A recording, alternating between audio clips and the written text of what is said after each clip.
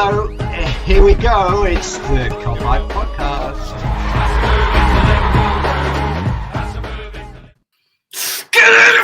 Oh, right, yeah. So we'll just, yeah. Hello, everybody. Welcome back to the Kopite podcast. It's a positive episode today, which we're absolutely fucking buzzing about because for the first time in a long time, we're very positive about the result. But yeah, Liverpool have defeated Aston Villa's under twos 4-1. Which is absolutely brilliant. Tim, how are you feeling right now, pal? Are you feeling okay, considering where we were about an hour and a half ago?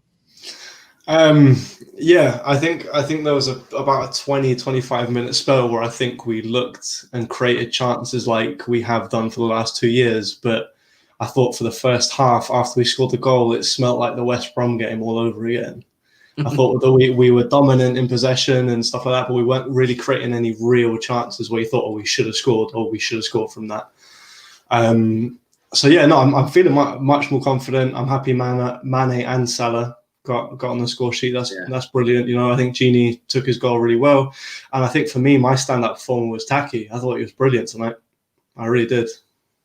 Yeah, Mick, I mean, when you look at the game, the way it started, you know, Manny gets that goal in the 4th minute and you think, right, this was the script, wasn't it? Because we all thought that this was going to be, you know, a goal fest and all that sort of stuff, which obviously there was a few goals come the end of it. But when you look at the way the game started, we thought, right, we've gone 1-0 up, super. That's the way it's going to go now. We'll get a goal every couple of minutes now, or we'll get a goal every 10 minutes. And then didn't quite turn out like that, did it, in that first half? No, and it was obvious what was going to happen. We were gonna get an early goal. It was always going to happen. It was always going to be us having I think we had 83% possession in the first half, or 80 something, which was obviously to be expected with their lineup because I think the average age was 18 and a half or something like that, which is mental. But yeah, they acquitted themselves really well. You've got to be honest. I know we're not in great form attacking wise, so you could have thrown an under 5 teams up against us there, and we would have probably struggled to break them down in the current form we're in. But we got that goal, and they done really well. And then that goal they scored towards the end, it highlights Reece Williams' lack of pace, which is our centre halves usually Van Dijk and Gomez and Mata, but all pretty quick. So when you don't have them. Yeah, Reece Williams is a good player. I'm not going to slate him, whatever else for that. But he's on the wrong side of their fella. He gets in behind them really well. That shows the pace, and what a finish it was. I think he's only 17, that kid, and he's signed from Barcelona, and what a finish. Yeah, I saw a thing earlier where it said James Milner was actually playing at Villa Park while Barry's mum was pregnant. So that's just sums everything up, really, doesn't it? So that just sums the game up. But obviously, staying on the first half, Tim, when you look at it, how the game progressed, the longer it went on where we didn't get a second goal, it's just adding more pressure, more fuel to the fire for what rival fans are saying about us at the minute, the negativity that's flowing around social media at the minute surrounding Liverpool because of these lacklustre performances. And it did feel like it was here we go again, but it was, what's the word I'm looking for? It was elevated 10 times over, wasn't it, because of the calibre of the opposition that we were playing. Not in terms of calibre, the lads don't have the ability. Of course they have the ability. They showed that. And you've got to give the credit to Aston Villa, haven't you? Yeah, for sure. I think they came out and they saw it as a massive opportunity, and they came out with every idea that they were going to come out and shock the world, and they played like that for a half. When push came to shove, I think we were better, we were more physical, more dominant, obviously a more professional team. But yeah, I mean, the most worrying thing is that often enough when a club goes on a run of form like this, it's because their strikers aren't converting. There's chances there, but strikers aren't just aren't scoring, which has happened over the past 2 years. We've gone on cold spells. Mane, Salah, and Firmino have had streaks of games where they've not scored. It's not unusual. The problem is that we're not creating those chances for them to score. So I thought we were actually fairly clinical today, given the fact that we didn't actually create much, or at least certainly in that first half. And you've got to give it to Aston Villa. They came out and they defended really, really well. They lined up very, very well, 5 in the midfield. And it just highlights a problem that we have when teams seem to have figured out this solution that, we're going to let you guys cross and we're just going to stack the wing that you're crossing from and the box. And listen, if you get the odd header, you get the odd header, but we're going to take that chance instead of having you guys playing on the counter or us pushing up the field, pushing out and having you guys break us down in the midfield. Yeah, Mick, what the fuck was all that about? Because it looked like the same old shit again, didn't it? We're just playing square balls and we're crossing it in, and it just felt so fucking boring that we weren't going through the middle and trying little things. It was really fucking frustrating. Well, it gets, like, I know we're not in great form at the minute, but we get too predictable, like Tim says. Like, it's like, right, we're going to play it out to the wing, we're going to cross a ball in. If it doesn't happen, we'll shift side to side. But you could see once Thiago came on at half time, like, I think his little ball through to, I can't remember who it was now, but he split like the lines, and then someone was in, and I think we scored off it. I think it was the Genie goal, wasn't it? Was it the Genie goal? I'm losing track. Probably yeah, was. he split the lines, and the ball had come back out, and then Genie just slotted it in from the edge of the area. So yeah, you're right. But like I said, mate, when you look at how frustrating that first half was, but we'll come on to Thiago in a minute. It was really annoying because it was sort of like play a few square balls, then put it back to Henderson, and Henderson will play it at the far post. That was the routine for quite a while, that first half, wasn't it? And you could see the Villa players gaining in confidence, growing in confidence, which ultimately led to their goal.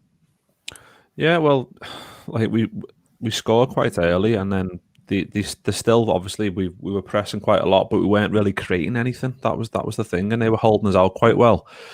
And it's the same thing like we've done in the last couple of games. The longer the game goes on, that of course they're going to grow in confidence, because they're probably coming into this game thinking, right, if we concede 3 in the first half, we've done all right, and they've only conceded 1, and they've ended up going in level at half time.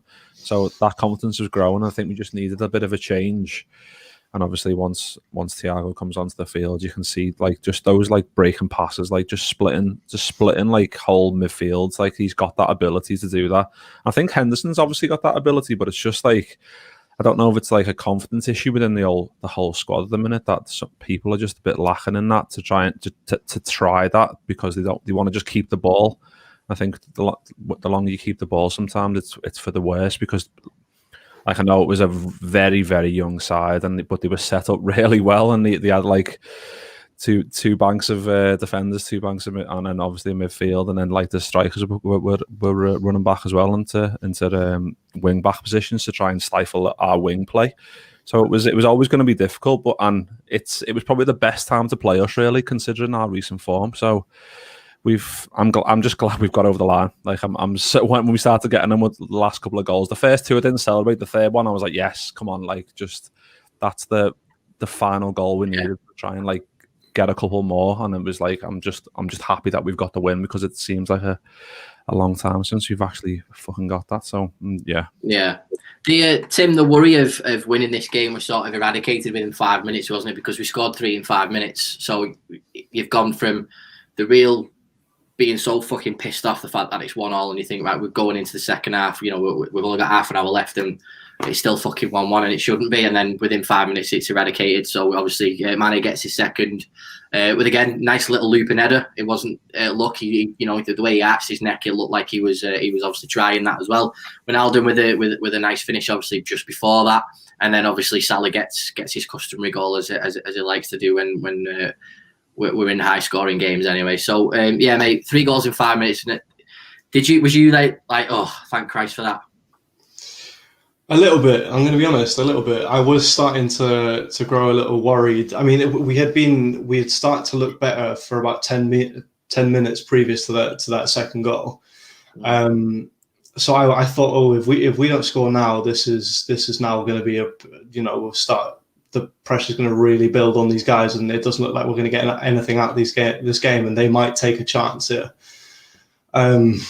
It was incredibly frustrating to watch for essentially an hour, and then within 5 minutes, the Liverpool we've come to know over the last 2 years have showed up. The Liverpool that tore apart Barcelona in 5 minutes. The Liverpool that tore apart anyone they came across, or could have torn apart anyone they came across, came along in it, and it just blew the game out. But then again, we're accustomed to seeing that for, instead of a 5 minute spell over an entire game, a 25-minute spell, and us, creating those chances as well as taking them. So it's we need more of that. We need more of the creativity. I think the introduction of Thiago was immense. I think that his presence on the pitch means that a defence has to adjust. I think that they know that he can pick out any ball that he looks at, and I think that they then start to open up and you can find gaps in that sense. So yeah, it was frustrating, but again, it's every reason we love this club, because in 5 minutes they tore apart a team that had been very, very solid for the previous 60. Yeah, true. Mick, when we talk about the creativity that Tim just mentioned there, obviously we will come on to the player that you spend a lot of time in your room alone thinking about. But what I want to talk about is Xherdan Shaqiri, who comes on and practically gets himself 2 assists. And he can't be locked in Klopp's basement anymore because he is an asset. And okay, yeah, we were playing the Villa's young kids, but obviously they've done really, really well. And it took him and Thiago coming on to add that creativity that we've been missing. And so just a word on Shaqiri for us, please, Mick. I think he's boss. I absolutely love Xherdan Shaqiri. It's just that he can't keep himself fit long enough. And I think if he changes that, I will happily have him around for as long as he wants to stay, because you can see he just oozes class. You can play the ball into him at like 300 miles an hour and he'll just control it and just turn and go bang, play it in behind. And he's got that ability, and we just need to get him fit and keep him fit. And if he can do that, he's in the squad every time without doubt, because like you said, two assists tonight, wasn't it? So like having him and Thiago in the same team is like having a cheat code in a way, because interchangeable, like passes behind the defence, picking those little pockets up, making little clever runs, cute passes in and behind. They've both got everything. So yeah, if Shaq can stick around, and I mean, I think he done an interview recently saying he's back now and he wants to prove his worth to the club and to the team. Then yeah, if he's gonna back those words up and actually show it on the pitch, then fair enough, because we know he's got class. He's shown it. And when you think of Shaqiri since he signed, you think of like United game, you think of the Everton game where we won 5-2, but it's like they're too spaced.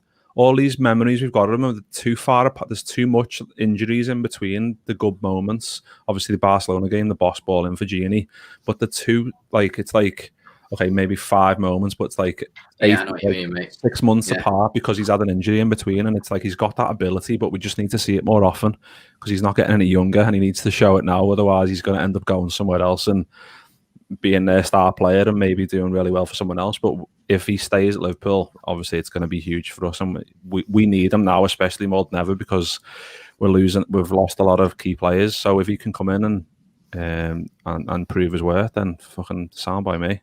Yeah. Tim, I've got a question from Captain Yellow Shirts. If it wasn't United next, would you bench Salah and play Shaq? I'm always frustrated beyond belief lately. Matt Ramirez, his internet's clearly working. He's not on with us, which we're absolutely gutted about. I don't know what's going on there. Maybe he's just had too many bevies. Maybe he's just sat on his balcony. But Matt, we love you. We miss you. But he makes a good point, doesn't he, Tim? It's because Matt would have said it on the show anyway, because I know Matt said this quite a while about making changes like that and making ball change, and Matt's got a really good point there. Would you do that? No. No.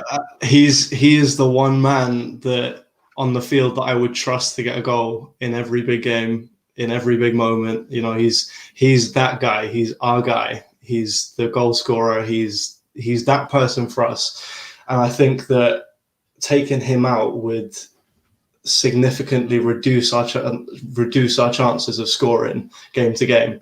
Now, what I would do is probably throw Shaq into the midfield, maybe play a 4-2-3-1 and throw him in at number 10.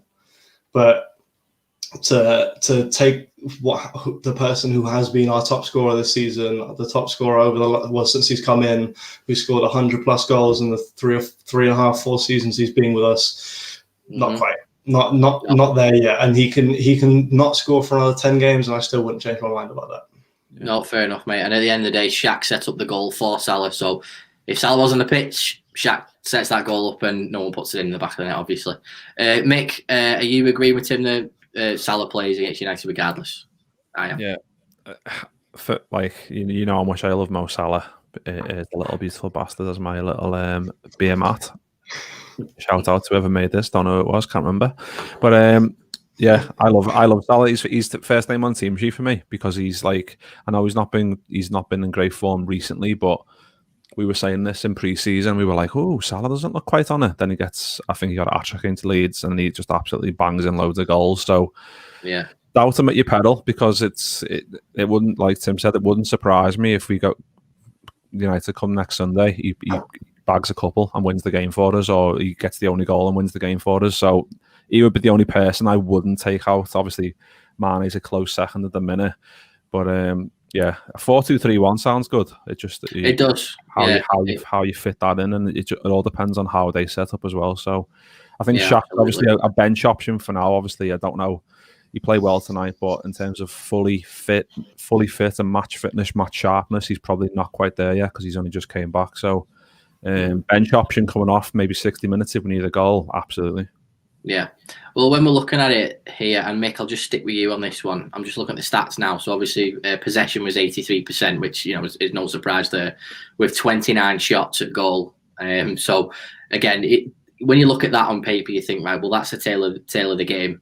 And the way people expected it to go, but obviously we know different from the first half. But one of the things about that 83% possession, because a lot of that work in that second half went through a particular player, and that is our number 6, Thiago, who comes on the pitch. And I just want to spend a few minutes now just chatting about him, of just how fucking lucky are we to have this player, because he's absolutely incredible. Albeit, yeah, we're playing against a team that are inexperienced and all that sort of stuff, but still, some of the no-look passes, the balls into the channel where you're expecting it to go out wide and it goes straight to the feet, which leads to a goal. It's hard to sum him up, really, isn't it? Especially when a player that's made, 5 or 6 appearances and he's making impact the way he does. Yeah, I've got no words for the fella. I absolutely love him. Like I've said a couple of times, I'll get me kit off for him, but he's just tweet him, mate. He might let you. He's just an absolute. He's a joy to watch. He's an absolute joy. Like he's just the way he passes the ball. I've never seen anything like it. Like he's just. I could watch him just passing a ball 5 yards all day, just to a brick wall and back. That's how much I rate him. Like he's terrific, and it is a shame that he's had these injuries. Like, and he's not played. Like I think that was his 5th game today, weren't it, for us? Which is like when we signed him, we were hoping he was going to be a main fixture in the team and come in and shake up the midfield maybe and give us a bit of that creativity in there. But and he's proved that, but he just hasn't been on the pitch enough to show it. Obviously, the passes, like the pass I said before, I think it was through to. Was it through to Shaq or was it to Genie? It was I can't remember now, but it was through to someone. He just basically cut the lines completely. And it's like, usually our midfield would just play that out to the fullback. And he's just like, right, fuck this. I'm going to swerve that straight through the midfield, cut it open, and then we're through. And midfield and defenses panic at those balls. Like they absolutely panic, and they'll panic when he gets on the ball because he can produce magic moments like that. Like, albeit obviously we know that they were a hugely very young team and they've done really well, but he can do that against the best teams in the Premier League and the best teams in the world. So I can't wait to see that on Sunday and next Sunday, I mean, and I'll be surprised if he doesn't start, because we need that in midfield. And it's not even that. It's not even just the creativity. It's the passing, like I've mentioned. He's great in the air. It's the tenacity and the challenge. He's got everything. I think people don't really appreciate that, because I've got a few Man United mates who say like, oh, he's just a show pony. He's just a one-trick pony. He's got good passing and good dribbling maybe, and that's about it. But the ability in the air and the tenacity and the challenge, and like you can see the leadership on the field, like telling people where to go. They're running into space to go, give me the fucking ball, like give me it now, and like I'll sort the attack out. Leadership skills, like he's got everything. And like you said, Jay, we're so lucky to have him in this team, because we need someone like that now who can drive us out of. I know it's only a small blip, but if anyone can do it, he can.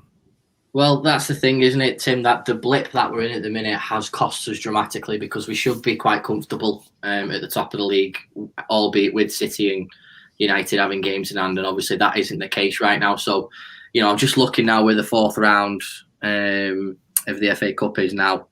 So when you look at it, the 4th round proper is the 23rd of January. So again, we're now through to the next round. The draw's being made on Monday, I believe. So the fixtures are going to pile up now, aren't they? And when you look at the priorities and all that sort of stuff, obviously everyone expected us to sort of get through tonight, based on the team that we were playing. But when you look at what's happening now in the league, it's quite difficult to predict now, isn't it? Because it's a worrying time. But with Thiago playing the way he is at the minute, and Mick saying obviously he needs to start, he can be the catalyst, can't he? Excuse me. Because if we beat Manchester United and he's the catalyst to it, we can go on a run there, which can just see us stay at the top of the league. And obviously, we have to wait for City to decide what they want to do with their games done. But it can definitely give us a kick up the arse, can't it? Yeah, I think that Thiago, or Liverpool signing Thiago, was every Premier League manager's worst nightmare, because it was like, as we've experienced over the last few weeks, when he's not quite been in the squad or he's just coming back, teams are starting to figure out how to play against Liverpool and loading up at the back and giving us real problems, breaking teams down. Good point. But putting that man in the middle means that they can't do that. And not only does that open up the game that we've been good at for 2.5 years and dominated world football with, it allows us to expand that and actually add something else to it, which means that they not only have to defend Trent and Robbo and Mane and Salah on the wings, they now have to probably defend balls through the middle and all that kind of stuff. So he is quite possibly as important as any player we've had in terms of the run we're about to make. Yeah. In terms of this being a busy schedule, this is the business end of the season. If we're going to win the Premier League, the next month and a half will probably win it for us. In terms of, we need to get as many results as possible out of the next month and a half and put distance between us and the two Manchester clubs. And if Chelsea go on a run, or if anyone else goes on a run, because if we continue, the last 3 games we've drawn 2 and lost 1. That's the first time in 3 years that's happened.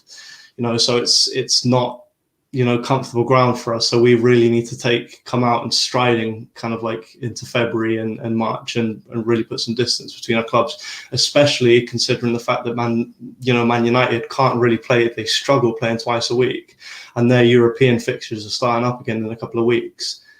Our European fixtures are starting up in a month or so. And, it's really kind of important that we kind of get as much as we can out the next month. Yeah, make your thoughts now after that performance. Can we give? It's going to give the lads a lot of confidence. We scored 4 goals in a game, which is great. We've not done that since Palace, and then Thiago's played the way he is. He's obviously going to start the game against Manchester United, providing he stays fit. It's encouraging, isn't it? And this could be the catalyst now to go on. Hopefully, I hope it can be, but it's. The only thing that concerns me, it doesn't worry me when we go to, we bring those big teams to the Anfield, or we go to their place. We always seem to raise our game that extra 5% that we need to get over the line. It's the West Broms and, no disrespect, Newcastle, who are going to set up and 9-10 men behind the ball and go ahead, fucking try and break us down. And like Tim said, we've got Thiago now, but we're kind of, now that he's back in the team, we're kind of going, right, all our problems are solved. Thiago's back, because he'll unlock the door, and he can only do so much if... Yeah, exactly. If Salah's not on his A game, which he's not, then that takes out Trent as well, because Trent's like, well, I won't play it down the wing because Salah's not in great form. And then that puts more pressure on Trent. It's a whole domino effect on the whole team. But tonight was a good step forward. It was a very little step forward, because obviously the level of opposition we were playing, they done really well. To fair play to Villa, they done excellently. But we got a win, which was what we needed, especially after going in 1-1 at half time. But it's promising signs, and we've got United on 17th, then we've got Burnley at home as well on the 21st.